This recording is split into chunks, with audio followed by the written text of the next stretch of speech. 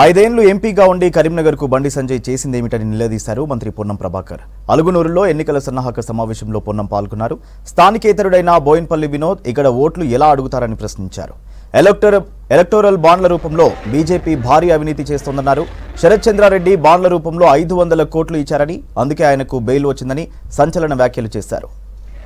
ఆయన ఇక్కడికి వచ్చి మళ్ళీ ఏ ముఖం పెట్టుకుని అడుగుతా ఉన్నాడు. ప్లానింగ్ బోర్డు చైర్మన్ 5 ఏళ్ళు ఉంటే, ఎంపీకి 5 ఏళ్ళు ఉంటే, 10 ఏళ్ళు నీ ప్రభుత్వ అధికారం ఉన్నది. ఎవరికి ఏం చేసినావు చెప్పి జిల్లాకు ఎక్కడేం చేసినావు చెప్పు. పార్లమెంటులో వినోదన్న గలం కావాలంట. రా పార్లమెంట్లో నువ్వేం మాట్లాడలేవో మేమేం మాట్లాడలేవో బహిరంగ చర్చకు ఇక్కడనే సిద్ధమనే మాట ఈ సందర్భంగా మనం చేస్తా ఉన్నాం. 2 పార్టీలను మల్ల యుద్ధంలో ఏ విధంగా అయితే నాకౌట్ కొడతామో ఆ విధంగా గ్రామ స్థాయిలో బూత్ స్థాయిలో వాళ్ళ కార్యక్రమాలు ఏమీ లేవని బల్ల గుద్ది నాకౌట్ కొట్టే విధంగా మీరు మీ కార్యక్రమం ఉండాలి. కాంగ్రెస్ పార్టీకి వస్తే ఆనాడు 2004 నుంచి 2014 రాజశేఖర రెడ్డి గారి నాయకత్వంలో మనం చెప్పిన ప్రతి మాట అమలు చేసినాం. ఇలా ధైర్యంగా గల్లెగరేసుకొని చెప్పుకునే హక్కుంది. అదేవిధంగా మొన్న కూడా కాంగ్రెస్ అధికారంలోకి వచ్చిన తర్వాత 4 నెలల్లో ఎక్కడికైనా ధైర్యంగా చెప్పండి. ఈరోజు ఆర్టీసీల మహిళలకు ఉచితంగా బస్ ప్రయాణం ఇస్తా ఉన్నాం. 10 లక్షల రూపాయల ఆరోగ్యశ్రీ కార్యక్రమం ఇస్తా ఉన్నాం. 500 రూపాయల సిలిండర్ ఇస్తా ఉన్నాం. 200 యూనిట్ల ఉచిత విద్యుత్ ఇస్తా ఉన్నాం.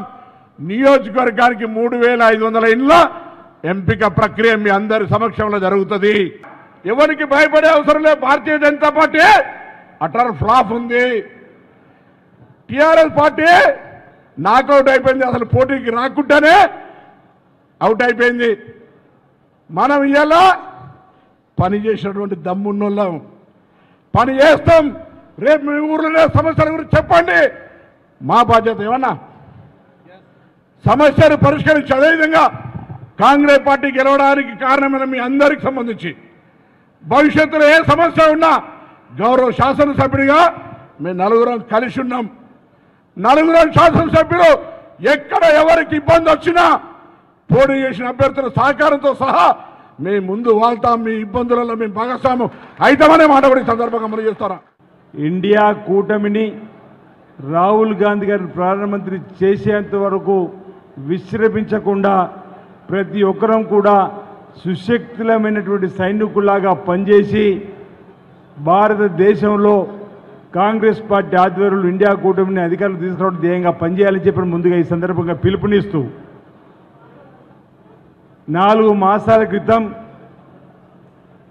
ప్రశ్నించే గొంతులను అరెస్ట్ చేస్తూ నియంత్రణతో పోకలతో పరిపాలన సాగిస్తున్నటువంటి టీఆర్ఎస్ పార్టీని ఏ విధంగా అయితే